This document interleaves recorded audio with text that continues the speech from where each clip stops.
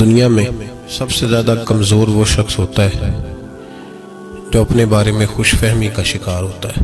جس کو خوش فہمی ہو جاتی ہے کہ میں کچھ ہوں، کسی بھی لحاظ سے ہو، جو سمجھنے لگتا ہے کہ میں عالم ہوں، خوش فہمی ہو گئی اس کی یہ خوش فہمی اسے مزید علم پڑھنے سے روک دیتی ہے۔ کچھ لوگ اس خوش فہمی کا شکار ہو جاتے ہیں کہ میں نیک ہوں، میں پرہیزگار ہوں، فلاں کوئی نماز نہیں پڑھتا، چلو میں کچھ نہ کچھ تو کرتا ہوں نا۔ اس آدمی کا یہ کام بھی اسے نیکی سے روکتا ہے، مزید پرہیزگاری کی طرف اس کا سفر نہیں ہو پاتا۔ کچھ لوگ یہ سمجھتے ہیں کہ میرے اندر کوئی تکبر نہیں،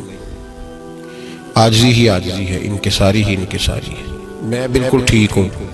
حالانکہ عاجزی کے جو پہلو ہونے چاہیے وہ اس کے اندر نہیں پائے جاتے، لیکن اس نے اپنے آپ کو کسی نہ کسی حوالے سے مطمئن کیا ہوا ہے، خوش فہمی کا شکار ہے۔ طریقت میں اور راہ سلوک میں خوش فہمیوں کا اور اپنے آپ کو کچھ سمجھ کے بیٹھ جانے کا کسی جگہ کوئی ذکر ہی نہیں ہے، کوئی گنجائش نہیں۔ مکمل عبادت کر کے، مکمل پرہیزگاری کر کے، ہر طرح کا تقوی اختیار کر کے بھی اللہ کے بندے کہتے ہیں کہ حق تو یہ ہے کہ حق ادا نہ ہوا۔ کیا تاریخ میں وہ لفظ کوئی امتی بھلا سکتا ہے کہ جب میرے نبی پاک سید عالم صلی اللہ تعالیٰ علیہ وسلم نے اتنی ڈیوٹی فرمائی کہ رب کریم نے فرمایا طٰہٰ ما انزلنا علیک القرآن لتشقیٰ، محبوب قرآن اس لیے نازل تو نہیں کیا تھا کہ آپ مشقت میں پڑ جائیں،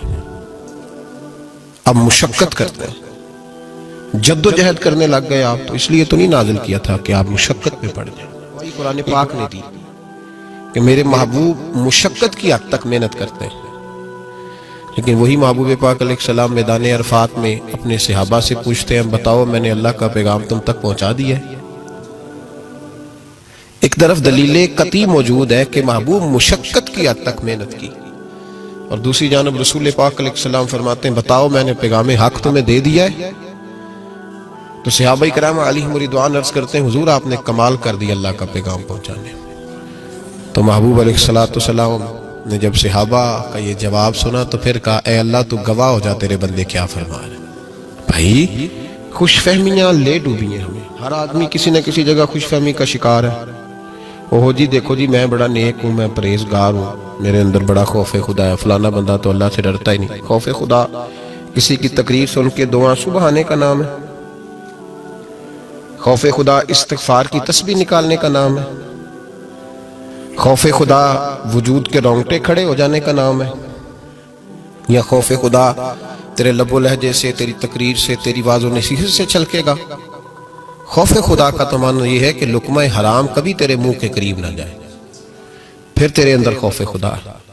خوف خدا تو یہ ہے کہ کسی شخص کو ذرا سی تیری وجود سے تکلیف پہنچ جائے تو تو بے چین ہو جائے، یہ خوف خدا۔